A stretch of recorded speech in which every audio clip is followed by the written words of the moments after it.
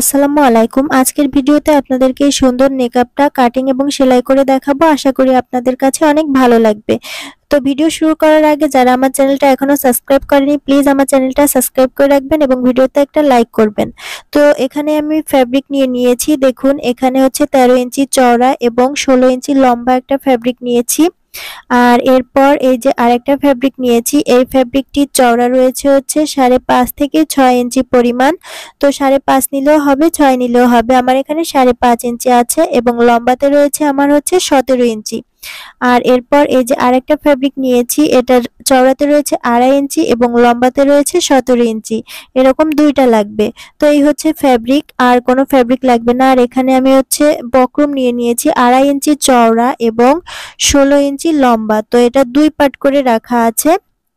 এখন ফার্স্টে যে আমরা 5.5 ইঞ্চি চওড়া যে ফ্যাব্রিকটা রেখেছিলাম ওইটার সঙ্গে বক্রমটাকে সব দিক থেকে সেলাই করে অ্যাটাচড করে নিচ্ছি। এখানে আমি পেপার পেস্টিং ইউজ করিনি, এই কারণেই সেলাই করে নিতে হচ্ছে।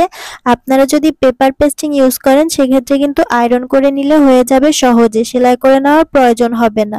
তো আমার কাছে পেপার পেস্টিং ছিল না, এই কারণে এভাবে করে নিয়েছি। এরপর দুই সাইড থেকে এভাবে করে একটা ভাঁজ করে নিতে হবে। তো ভাঁজ করে যদি সেলাই করে নেন সেক্ষেত্রে ভালো হয়। আমি এখানে সেলাই করে নিইনি, এই কারণে পরবর্তীতে অসুবিধা হয়েছে। আপনাদেরকে বলবো অবশ্যই সেলাই করে নেবেন। তারপর এভাবে করে উল্টা করে সাইড থেকে 1/2 ইঞ্চি পরিমাণ এভাবে সেলাই করে নিতে হবে। তো দুইটা সাইডে আপনারা হচ্ছে আগে থেকে অল্প একটু মুড়িয়ে সেলাই করে নেবেন, এতে সুবিধা হবে। তো এই যে সেলাই করার পর হচ্ছে এই কাপড়টাকে উল্টে নিতে হবে, উল্টে সোজা সাইডে নিয়ে আসতে হবে। তো আমি এখানে খুব সুন্দর করে হাতের সাহায্যে উল্টে নিচ্ছিলাম। তো আমার উল্টে নেওয়া হয়ে গিয়েছে, এই যে দেখতেই পাচ্ছেন। এরপর হচ্ছে আমরা যে চিকন দুইটা কাপড় নিয়েছিলাম এই দুইটা দিয়ে হচ্ছে দড়ি তৈরি করব। তো এই জন্য এভাবে করে ফার্স্টে 1 ইঞ্চি ভাঁজ করে তারপর সেলাই করে নিচ্ছি সাইড থেকে। নেকআপটা আমি এখানে দুবাই চেরি কাপড়ের তৈরি করেছি। আপনারা চাইলে একটা হিজাব কিনে নিয়ে এসে তারপর 2-3টা নেকআপ কিন্তু একটা হিজাব দিয়ে তৈরি করে ফেলতে পারবেন, গজ কাপড় যদি না কিনতে পারেন সেক্ষেত্রে। তো এই যে দেখতেই পাচ্ছেন, কথা বলতে বলতে কিন্তু আমি এই যে দড়ির যে কাপড়টা একটা সেফটি পিনের সাহায্যে এটাকে এভাবে সুন্দর করে উল্টে নিলাম। দুইটাই রেডি করে নিতে হবে। তো হেডপিস এবং দড়ির কাপড় দুইটাই কিন্তু রেডি হয়ে গিয়েছে। এখন বাকি রয়েছে আমাদের মুখোশের কাপড়টা। তো মুখোশের কাপড়টা এখন আমি রেডি করে নিচ্ছি। এখানে উপরের দিক দিয়ে যেখানে হচ্ছে মুখের চোখের নিচে থাকবে ওই অংশটা ফার্স্টে একবার অল্প একটু করে ভাঁজ করে সেলাই করে নিচ্ছি। তো এই অংশটা আমি একটু চওড়া করেই সেলাই করব যাতে দেখতে ভালো লাগে। আর কাপড়টা যেহেতু লম্বায় কম ছিল এই কারণে আমি এখানে অল্প একটু করে সেলাই করে তারপর হচ্ছে 1 ইঞ্চি পরিমাণ ধরে সেলাই করে দিয়েছি। কাপড় যদি লম্বায় আরেকটু বেশি থাকতো সেক্ষেত্রে কিন্তু আমি দুইটাই 1 ইঞ্চি 1 ইঞ্চি করে ভাঁজ করে 2 ইঞ্চি ভাঁজ করে দিতাম। তো দেখতেই পাচ্ছেন এখান থেকে সুন্দর করে আমি সেলাই করে নিয়েছি। তো এতটুকু হয়ে যাওয়ার পর সব সাইড থেকে মুড়িয়ে কিন্তু সেলাই করে নিতে হবে। তো দেখতেই পাচ্ছেন এখানে আমি চিকন করে মুড়িয়ে ফার্স্টে একবার মুড়িয়েছি, তারপর আবার মুড়িয়ে তারপর এখান থেকে সুন্দর করে সেলাই বসিয়ে দিচ্ছি। এভাবে করে চারো সাইড থেকে কিন্তু সেলাই করতে হবে, অর্থাৎ 3 সাইড দিয়ে। উপরের সাইড তো আমাদের আগেই সেলাই করা কমপ্লিট হয়ে গিয়েছে।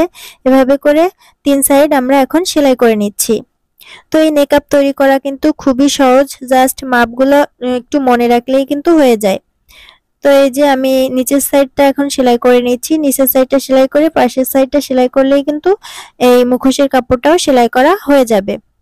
তো কথা বলতে বলতে কিন্তু আমার এই কাপড়টা সেলাই করা হয়ে গিয়েছে, এই যে 3টা কাপড়। এখন এখান থেকে আমরা এই যে মুখোশের যে কাপড়টা এটার মাঝখান থেকে একটা চিহ্ন করলাম এবং হেডপিস যেটা এটার মাঝখান দিয়ে একটা চিহ্ন করে নিচ্ছি। তো মাঝখান দিয়ে চিহ্ন করার পর দুই সাইড থেকে আমি হচ্ছে 3.5 ইঞ্চিতে একটা মার্কিং করে নিচ্ছি।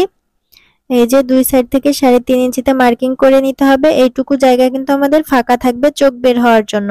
বাকিটা এভাবে সেলাই করে অ্যাটাচড করে নিতে হবে। তো চলুন সেলাইটা আপনাদেরকে এখন দেখিয়ে দিব। আর দুই সাইডে এই চিকন দুইটা ফিতা রেডি করেছি, এই ফিতা দুইটা অ্যাডজাস্ট করে নিব।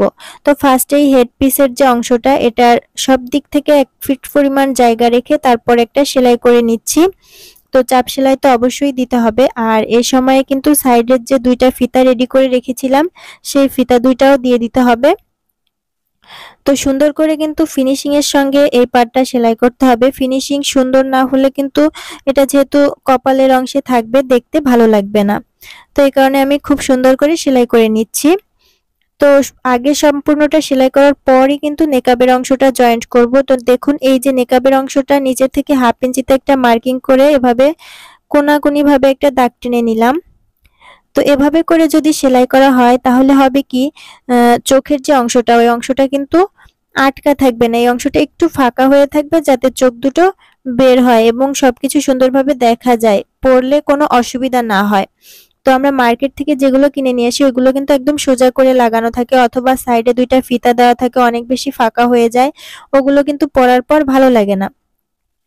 তো আমি যেভাবে আপনাদেরকে তৈরি করে দেখিয়েছি আপনারা অবশ্যই চেষ্টা করবেন এভাবে করে তৈরি করতে, আর আমাকে কমেন্টস করে জানাবেন আপনারা কিরকম তৈরি করেছেন।